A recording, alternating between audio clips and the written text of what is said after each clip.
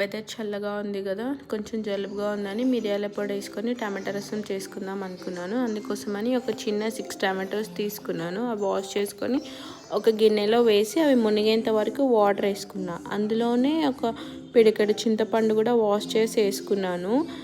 Tomatoes పుల్లగానే ఉంటాయి కదా, చింతపండు ఎందుకు అనుకోవచ్చు. టమాటోస్ లోకల్ టమాటోస్ అయితే పుల్లగా ఉంటాయి కానీ హైబ్రిడ్ అంతగా ఉండవు కదా, అందుకోసమనే చింతపండు యూజ్ చేస్తున్నాను. అవి ఒక 10 నిమిషాలు ఉడకబెడితే టమాటోస్ నుంచి పీల్ ఈజీగా తీసేసుకోవస్తుంది కదా, అందుకోసమని ఉడకబెట్టుకుంటున్నాను. ఈలోపు పోపుకి ఒక 10 to 15 ఎల్లిపాయలు ఒలిచి పెట్టుకున్నాను.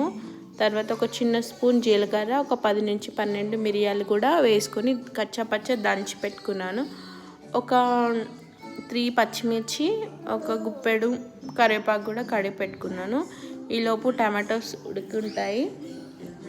వాటి పీల్ ఈజీగా సపరేట్ చేసుకోవడానికి ఇలా పీల్ సపరేట్ అవుతుంది కదా, అవి పీల్ తీసేసుకొని అవి తర్వాత ఇంతకుముందు చింతపండు కూడా ఉడకబెట్టుకున్నాం కదా, ఆ చింతపండు 2 కలిపి మిక్సీ చేసుకొని ఆ ఉడకబెట్టిన వాటర్లోనే ఈ టమాటా పేస్ట్ వేసి కలుపుకొని అందులో ఒక 2 స్పూన్స్ కారం, ఒక 2 స్పూన్స్ చిన్న స్పూన్ తోటి సాల్ట్ వేసుకున్నాను.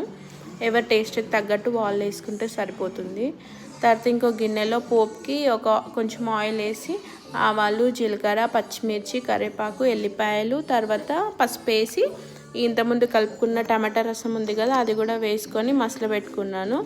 దాంట్లో కొంచెం ఇంగువ, ఒక స్పూన్ ధనియాల పొడి వేసుకొని కలుపుకొని ఒక 5 minutes ఉంచి దించేసాను. వేడివేడి అన్నంలోకి చాలా బాగుంది. ఫస్ట్ టైం చేశాను. మీరు ఎలా చేస్తారో చెప్పండి. Thank you. మీరు